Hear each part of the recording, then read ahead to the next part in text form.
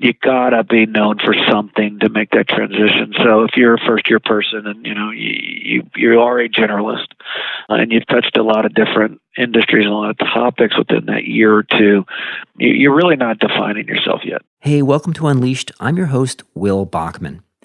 Unleashed is produced by Umbrex, the first global community connecting top-tier independent management consultants with one another. We just heard from today's guest, Clark Beecher, the co-founder and managing partner of Beecher Reagan, an executive search firm that exclusively focuses on current and former consulting talent. In this episode, Clark provides tips on how to best work with executive recruiters, both when you're looking for a new role and when you aren't.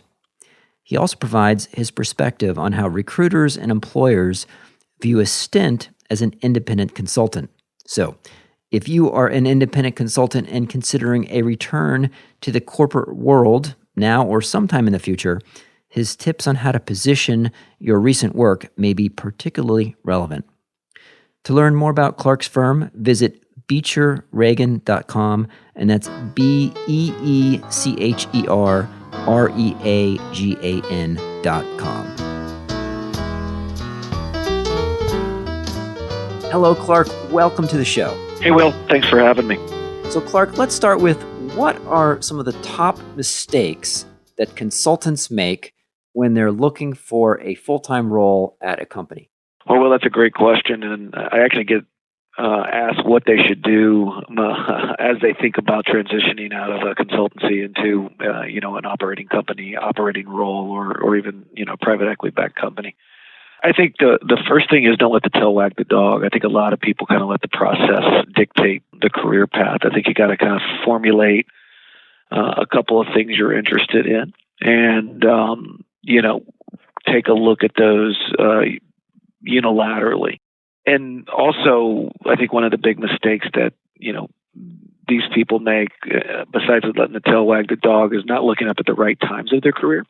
I think there's some natural position or natural levels within a consultancy that you need to raise your head up and evaluate should you stick with the consultancy or go somewhere else. I think those are one, engagement manager, to use McKinsey nomenclature. So somebody that's 3 to 5 years post MBA. I think it's a good time. We see a lot of demand at those levels within industry. So Fortune 500 and private equity. And then two, I think it's at that associate partner or that senior manager or that principal equivalent level. When you're bumping up against, partnership is another time that's great to evaluate. I'd say probably 40%, of the intake within corporate and private equities at that level. The other 40% is at EM. And then the 20% is probably in that partner window. I think, once you make that partner, commit to making that partner, you got to give yourself, 4 years. And I think 4 to 6 years into the partnership is another good time, to pick your head up. Once you get past that, it's kind of the point of no return, in my opinion, when it comes to evaluate making the move. We've seen a lot of people make that move at the most senior levels. Typically it's via clients they currently serve and have a trusted advisor relationship at the board or C-level that transition happens. It's not through, obviously, executive search like me or through traditional channels. It's more relational.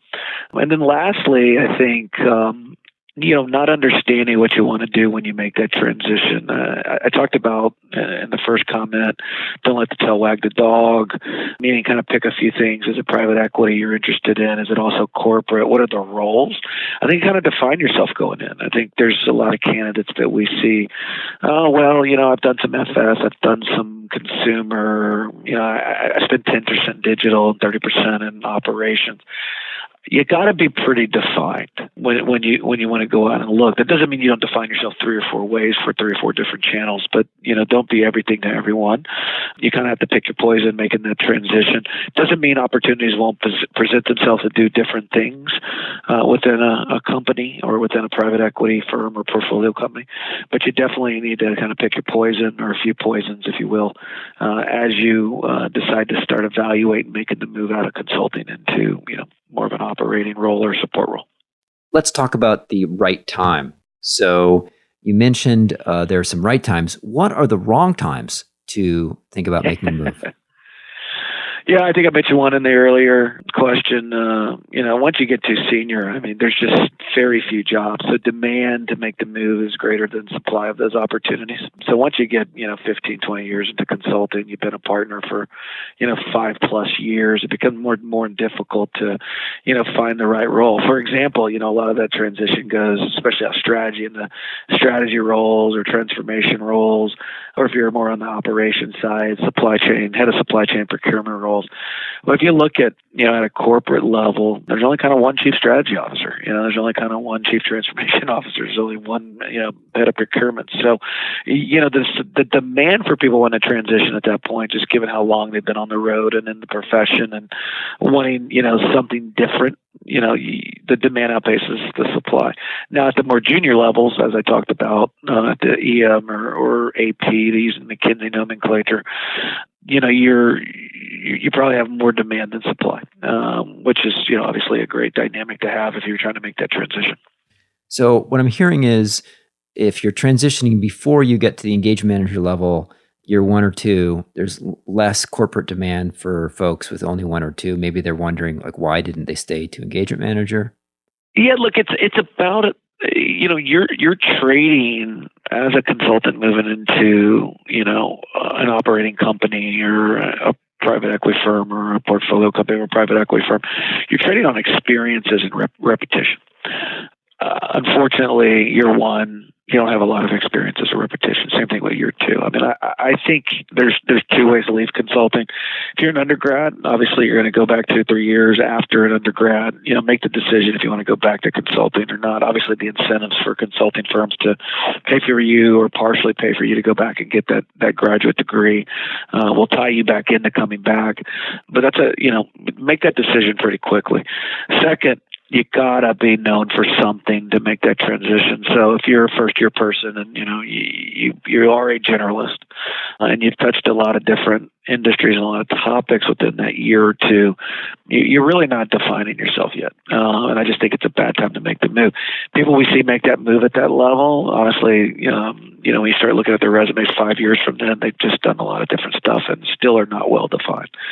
So it's definitely better EM, AP, and then, a couple of years, 3 to 5 years into the partnership to look at those exits, because I think you will be known for something in your tenure and your exposure to different variety of things, and what you're known for will be well defined. And I think I also heard that you don't really want to think about a transition in the sort of right after you make partner for the first couple years. It's like either transition when you're on the cusp of it, or if you make partner, for Pete's sake, just stay for 4 years and build the experience there, and then you can transition at a higher level. Yeah, I think you trade. I think there's a value trade there that you'll make. There are people who will take first, second-year partners, but if you look 5 to 7 years out, your income potential actually pretty much flattens at that level. Versus if you trade 5 years into it, you're going to enter at a higher income level. And the people that we see 5 years post that transition at a more senior level, their income continues to increase. So I think if income's important, it's not important to everyone.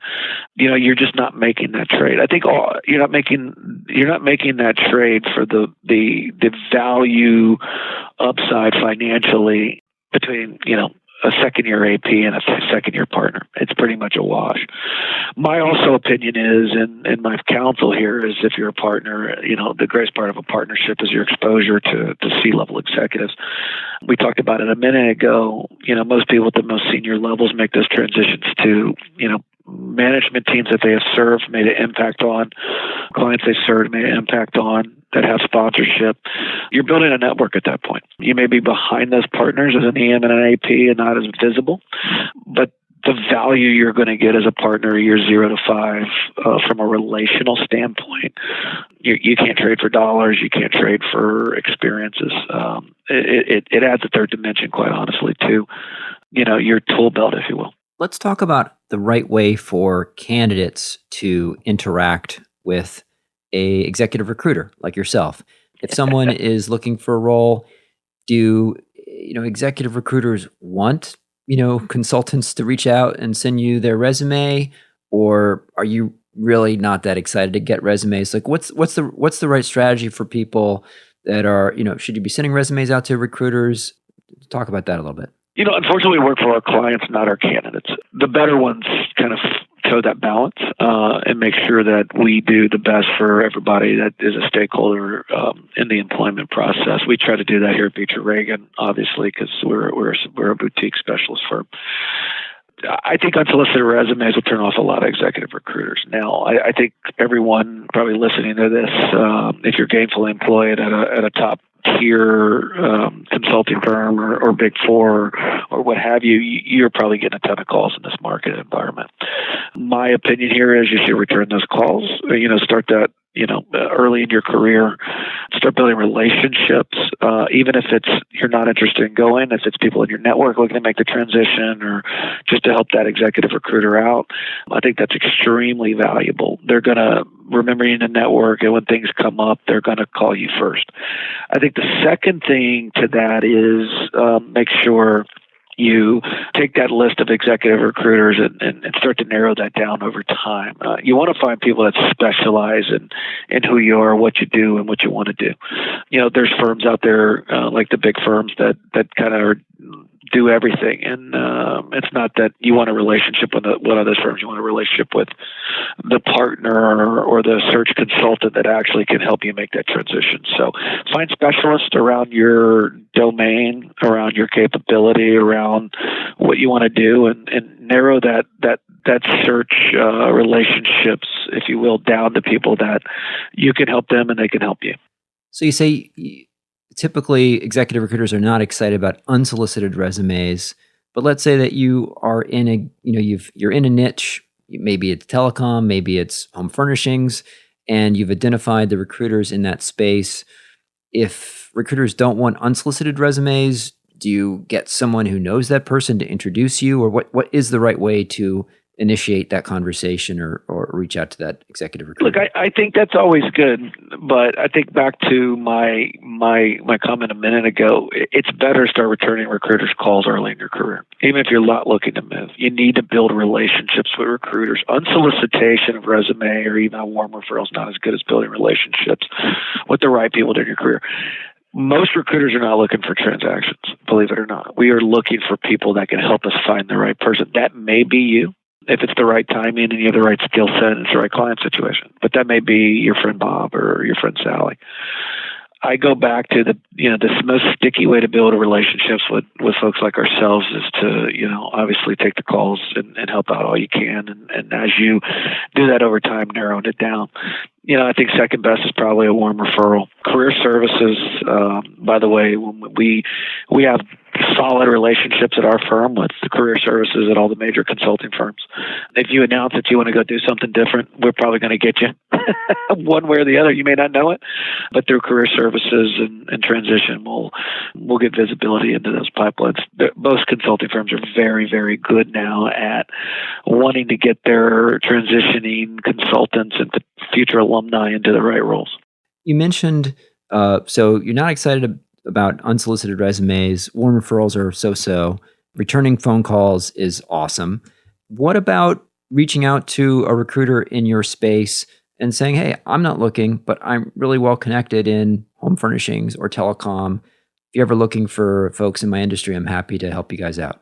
Yeah, I think that's maybe fine, but maybe in a slower market. But if there's someone listening to this podcast that's not getting 5 calls a week, maybe you try that initiative. I mean, it's a pretty hot market out there. Not only us, but I know the folks that we compete with day in and day out, and the candidates I talk to are getting 5-6 phone calls a week right now. You got to remember, we're in a world, and a lot of people listening to this didn't live in a world without LinkedIn or social media. We're in a world where everybody's highly visible. So, when I first got in this business, there wasn't any visibility. There was no LinkedIn. So, I think it's more about, them finding you, but, maybe go research it and reach out to people. But again, I think, don't do it aimlessly. Make sure they specialize in what you do. And they have a track record of placing people like you because, for example, I specialize in consulting talent. I get probably 60 a week unsolicited resumes from people I don't specialize in. And even though we try to do a touch point, send a note back, thank you, and we'll call you. But, if it's not what we specialize in, we just don't have as much time and we can't help you. at the end of the day. So I do get these unsolicited resumes. I get 70 a week, 60, 70 a week from people I can't help. And, thank God we have an automated response that, touches them and tells them we'll give them a buzz. But, recruiters, no matter if you had a big firm that's a generalist firm or, a specialist firm like ours, there are people that specialize in what you do. You got to find those people and build relationships with those people. Again, I think we're in an environment today where those people should be finding you on a weekly basis. Okay. And your firm, I understand, Beecher Reagan, really focuses on, correct me if I'm wrong here, that sort of associate partner level hire. But actually, instead of just guessing, why don't you tell me what you guys focus on in terms of what level of seniority and what types of roles you're focusing on? That's probably better if I just ask. Yeah, well, so our firm, we're a specialist executive search firm, and our whole specialty is consulting talent. And what I mean by consulting talent is we specialize in people that currently work at a consulting firm or have worked at a consulting firm within the last 5 years. And then we really work with 3 different types of clients that come to us. Obviously, one is other consulting firms that want to make investment in industry, functional, or geographic practice areas. 2, we work with, I'd say, Fortune 100, 200 corporations who want to transition that talent from consulting in-house. And 3, we work with private equity. And in private equity, both at the operating group and deal side, but also within portfolio companies. I'd say the roles that the level we typically work at is probably, 50% associate partner, 50% that 5-year partner. And the type of roles we traditionally work on within corporate and private equity in particular, I'd say there's really 4. 1, chief strategy or strategy leader. 2, chief transformation officer or transformation leader. Supply chain procurement. We also do some IT. But the roles that we work on typically support the corporate agenda, reporting to the corporate officers within the company as a support executive, the roles I just explained, or within the team of those people that lead those roles to support, the business unit or cost center agenda. Talk to me a little bit about some of the trends that you're seeing in the types of roles open and what skill sets your clients are looking for, what kind of roles they're looking to fill with consultants. Yeah, look, I think, rewind a couple of years ago, the strategy role and was a big role and, was kind of defined in my lifetime of being an executive search professional. I think those roles are still out there. It's the natural evolution, either the strategy leader or somebody on the strategy team within a corporate, entity. I'd say today it's kind of morphed into more actionable, more outcome-based. Strategy was like, sit with the CEO and the business unit people and help us think through what we do with our business over the next, 1, 2, 3, 4, 5 years. Things move so fast now. I think the transformation role has become the new strategy role. In my opinion, the chief transformation officer and being in the transformation team, meaning rolling up your sleeves, understanding the outcomes that need to be achieved over the period of time that need to be achieved, no matter growth or cost, and owning the driving of those outcomes. I think that's the biggest trend I see. We're seeing that not only at enterprise-wide at a corporate level, we're seeing that within operating groups of private equity firms. We're seeing that within portfolio companies of private equity firms. I think anybody that can drive transformation, it'd be institutional, corporate, or functional, is the hottest thing out there right now. And we're seeing it in flavors as well, like digital. We're seeing it in analytics. We're seeing it in operations. We're seeing it in finance. We're seeing it in human capital. We're seeing it in IT. We're seeing it, enterprise-wide, but also within some of the corporate functions. So if you are more of a specialist in finance or IT or people in change, there are roles out there. But I think it's the roll up your sleeves, go get an outcome is the new strategy role. It's not thinking about it, what we should do. It's about how we make it happen. Tell me a little bit more about what the Chief Transformation Officer actually does. I hear that title a lot, and transformation is really bandied about a lot. It's kind of a new buzzword, but can you give me maybe a couple specific examples of what a transformation is and what a Chief Transformation Officer does? Yeah, I'll give you an private equity example. So we work with the largest private equity fund in the world, and one of their portfolio companies they acquired, I'd say probably 3 months before they brought us in. Their first initiative was to change out the leadership and the management team, which they did. And then the second thing they did was say, okay, this is a value-based play, by the way. It wasn't a growth play. It wasn't a distress play. It was a value-based investment. One of the things after that they said is, all right, how are we going to drive, both what are the four things we need to do in growth to grow the company? And what are the four things we need to do around the operations and cost side of the business to drive greater EBIT? They defined those four things and they called us and said, we need to go get somebody that owns that. I think this private equity company in particular has noticed that it's not the historical way it was done within a situation like this is the CEO owned 10% of the COO, 10% of it, CFO owned 10%. So it was kind of the magic time of the corporate officers and the management team to drive this. Unfortunately, it was a full-time job. And so I think this private equity firm in particular said, look, we're going to go hire somebody to drive this. So this person came in and literally was responsible for the 4 growth initiatives. They set the timeline. They actually figured out how it was going to get done, how much it was going to get done internally, how much would they have to outsource, how much would they have to hire to actually drive these outcomes, and then on the cost side as well. And so this person over the defined period of time is accountable for meeting those metrics. And they report directly to the CEO and the management team, but also to report directly to the deal partner of the private equity fund who owns the success and failure of that business. So it's really making those things real. It's not about thinking about it. It's not about drawing it on a board. It's literally like, okay, if we're going to grow $1 million in 12 months, where do we need to be in month 3, month 6, month 9 against that? And, you own that. If you're short on that, you're not going to be in a great favor of the private equity firm and the management team. And if you're long on that and you're beating expectations, you're going to be in really good shape. Okay. But the good news is, compared to the strategy role, they pretty much give you all the resources to make it happen.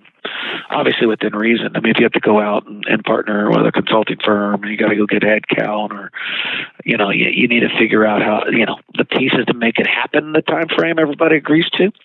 They usually give you kind of autonomy on getting those investments in to make it happen. All right.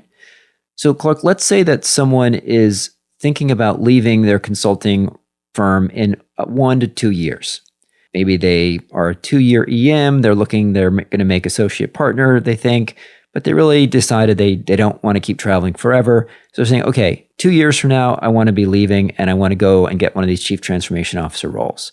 What are the things that person should do now to prepare themselves well for the market, which might be different than if you're saying, I want to stay at McKinsey for the rest of my life. You might be focusing more on firm leadership activities or something, but, is it relationship building outside the firm? Is it raising your visibility with thought leadership? Is it just doing awesome on projects? What are the things that are most important to outside buyers, to outside employers, to really make sure that you are the best positioned for getting a great job? Yeah, I think work on project, and you don't have a lot of control over this sometimes because I know how consulting firms work, and you get a partner that loves you, and they sell different types of engagements, and you work on different types of stuff. The thing that I can tell you, stay closest to the outcomes, stay closest to the money on the projects you work on. The theory stuff that we all wanted, went to college and got an MBA on, that the sexy stuff is no longer what people want, quite honestly, the big thinking and what should we do. It's really about people that know how to drive outcomes. And so, as you plod along in your consulting career, as much as you can, you want to work on outcome based, no matter if that's on the revenue side of the equation or on the cost side of the equation.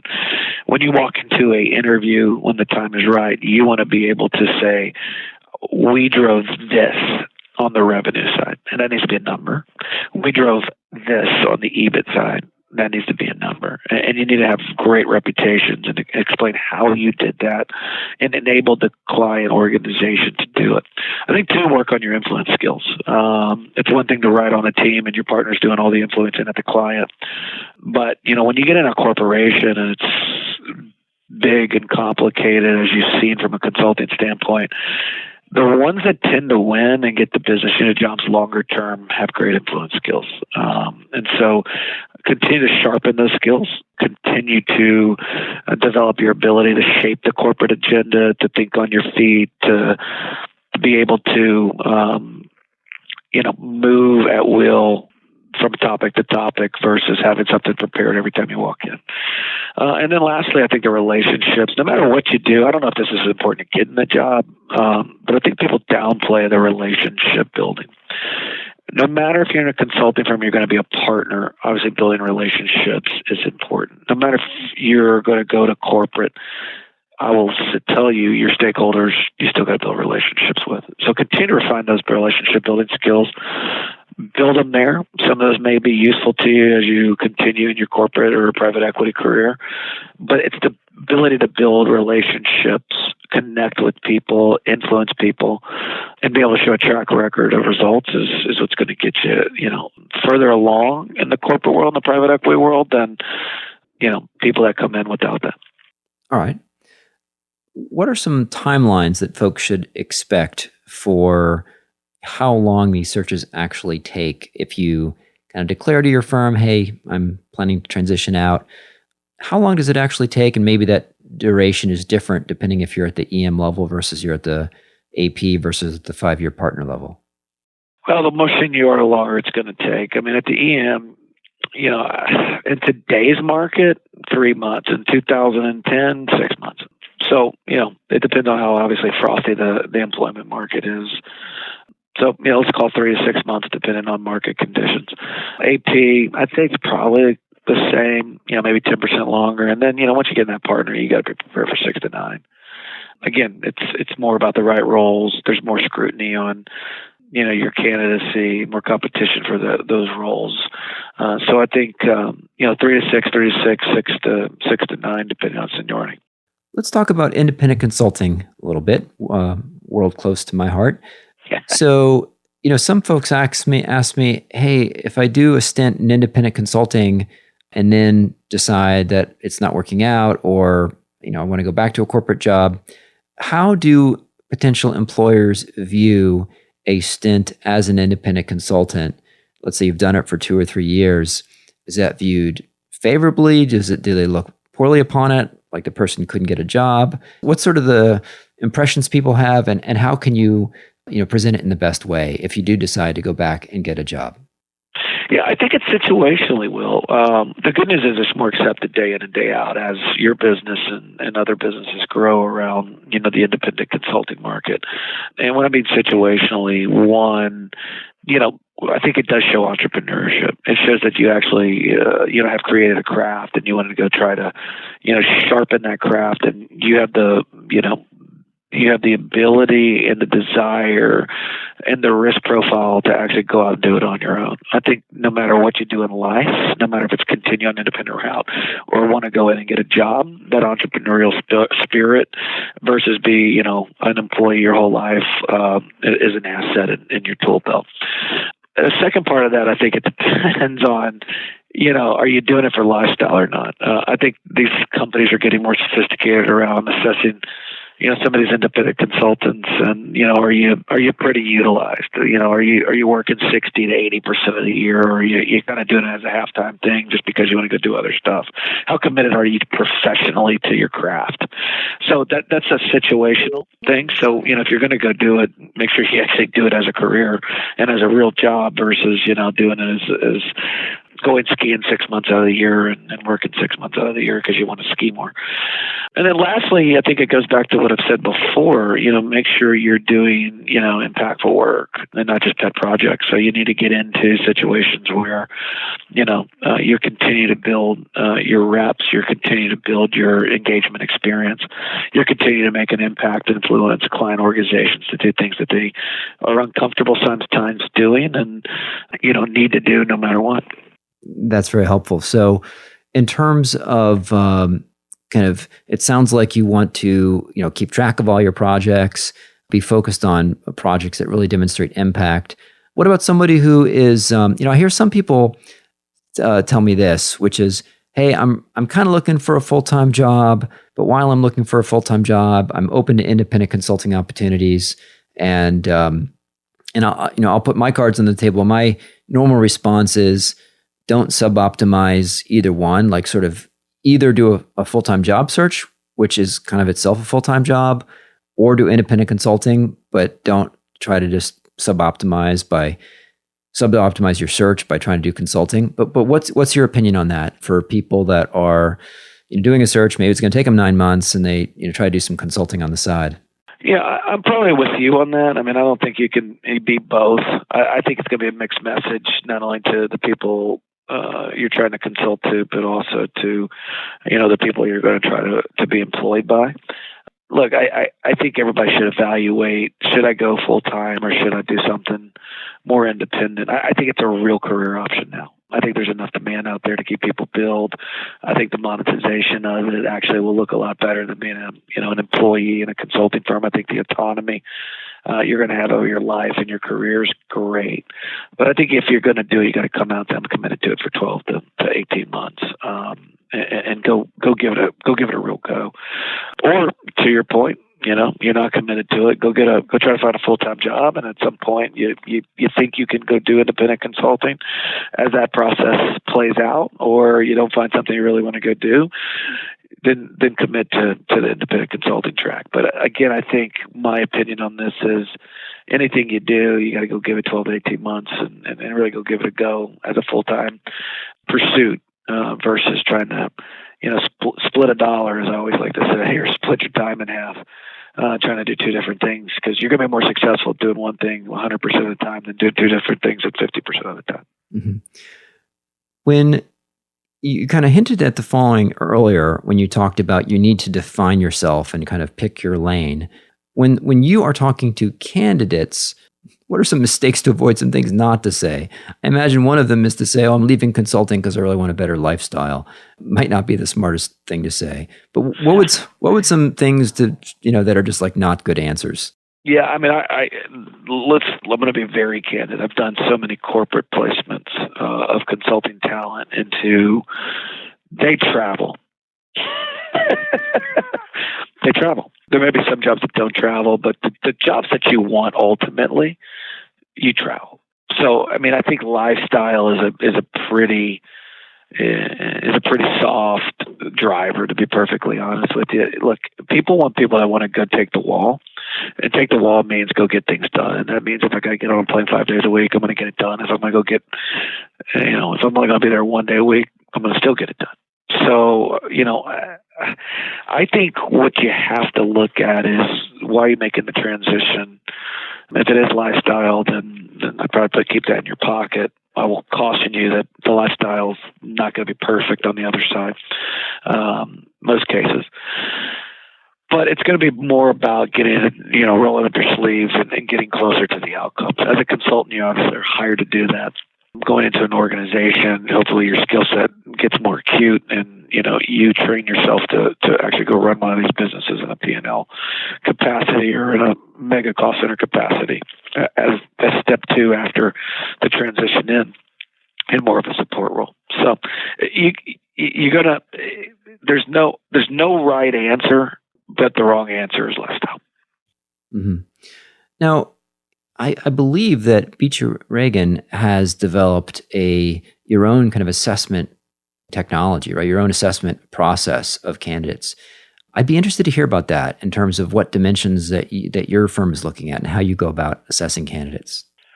Yeah, so 2 years ago we embarked on building the only occupational specific assessment tool that actually assesses consultants. I think when you look at the industry of assessment, it's evolved quite a bit in the last 5 to 10 years. Nobody's really done anything occupational specific, which is interesting and also head scratcher all at the same time.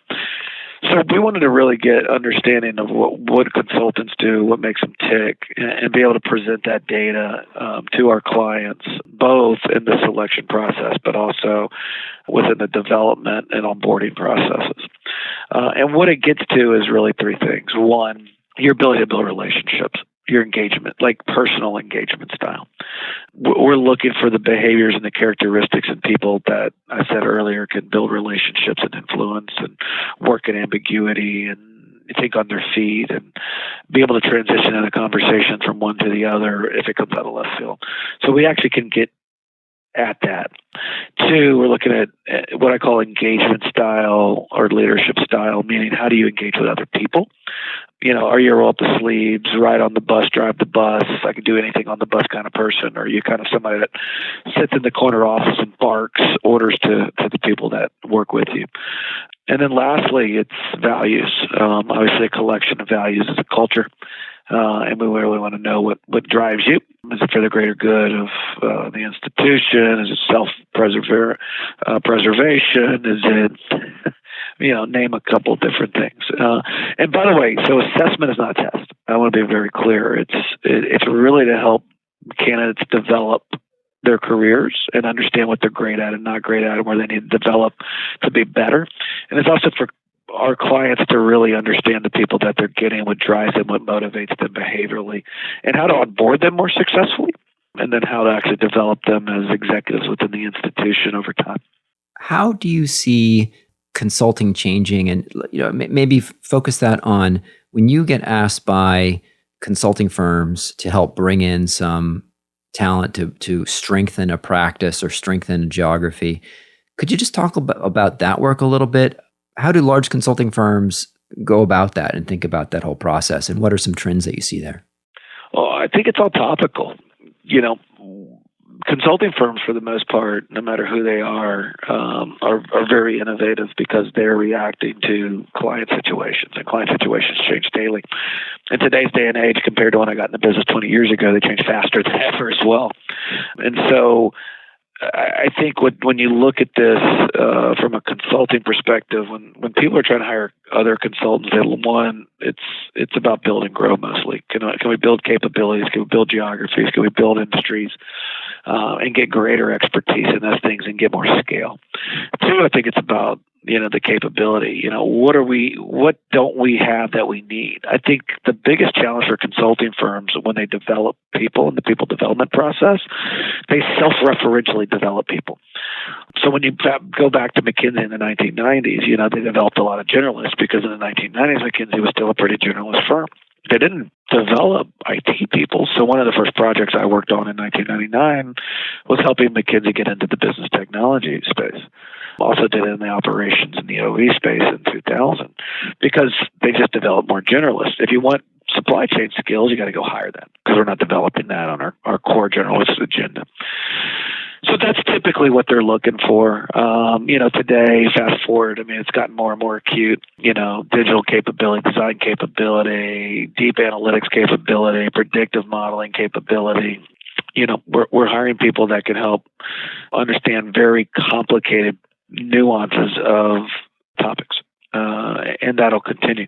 But also the generalists, the guys and the women that can actually sit at the top of the house and help the executives who don't know anything about data analytics still or digital at a fundamental level. They understand it's disruptive and it's changing the way business happens.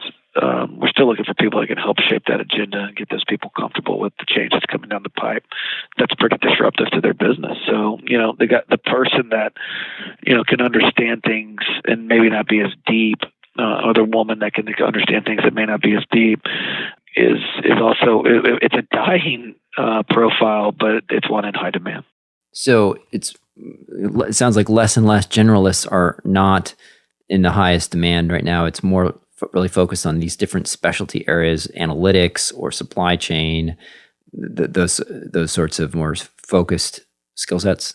Yep. I agree. And I think you got to put it on the revenue and the cost side. Digital's a word too, right? Like transformation. There's digital, which is, customer channel product, on the consumer side. And then there's enterprise, right? How do we take digital technologies and make us more efficient and effective as an organization? I think in that bucket too, artificial intelligence starts becoming on the enterprise side. Artificial intelligence becomes a digital technology, right? So there's different flavors of it. There's just not like one digital profile. There's different nuances to even the nuances. I'm curious. I always like to ask guests, Clark, in terms of your own personal work style, what are some of the habits that you follow that you've either developed recently or that you've had for a long time that you find help make you much more effective? Try to be who you want to be and not what everybody else wants you to be. and understand where you're going. I think those are three things that I hold dear to me. And there's a lot of noise always in the system, no matter if you work at my firm, or you work at PepsiCo or wherever. There's a lot of noise in the system, and you got to stay pretty much focused on what you want to be, the value you can bring, and at the end of the day, the long-term goals that you have for your organization and for you personally. Any book recommendations that you have, books that you have, often recommend to folks or gifted? I'm pretty simple. I've read a lot of great books out there, but my favorite business book of all time is E-Myth. Very fundamental how things work. It was written in the 1990s. It's still pertinent today. Everybody will read it and say it's the most simple book, but it makes so much sense. It's basically how business works and how you get from being a practitioner to actually being in a business of practitioners. And I don't mean that from a consulting standpoint, but there's one example of Ray Kroc in there, and how at the beginning of when he went with McDonald's, he thought it was the making of the burger, but then it became how do we actually scale making burgers in multiple locations. So it's one of the greatest books in the history of business, I still think, and it comes from a very simple place, and I still think the world operates like that. If we can all kind of embrace what it teaches you around the fundamentals of business and scalability of business, I think the folks in Silicon Valley have done a good job with that book. It's something that you can use every day. I still use it every day. I think I read it in 1996 for the first time. Clark, where can folks go if they want to find out more about your firm? And so our website is www.beecherreagan, BeecherReagan.com, or you can find us on LinkedIn. We're here. And we will include a link to that in the show notes. Clark, it has been fantastic having you on the show today. Thanks so much for joining and sharing your insights on consulting and what comes after consulting for a lot of folks. Thank you so much. Well, thank you for having me, Will. Thanks for listening to this episode of Unleashed, the show that explores how to thrive as an independent professional. Unleashed is sponsored by Umbrex, the world's first global community of top-tier independent management consultants. The mission of Umbrex is to create opportunities for independent management consultants to meet, share lessons learned, and collaborate. I'd love to get your feedback and hear any questions that you'd like to see us answer on this show. You can email me at unleashed@umbrex.com. That's UMBREX.com. If you found anything on the show helpful, it would be a real gift if you would let a friend know about the show and take a minute to leave a review on iTunes, Google Play, or Stitcher. And if you subscribe, our show will get delivered to your device every Monday. Our audio engineer is Dave Nelson. Our theme song was composed by Gary Negbauer, and I'm your host, Will Bachman. Thanks for listening.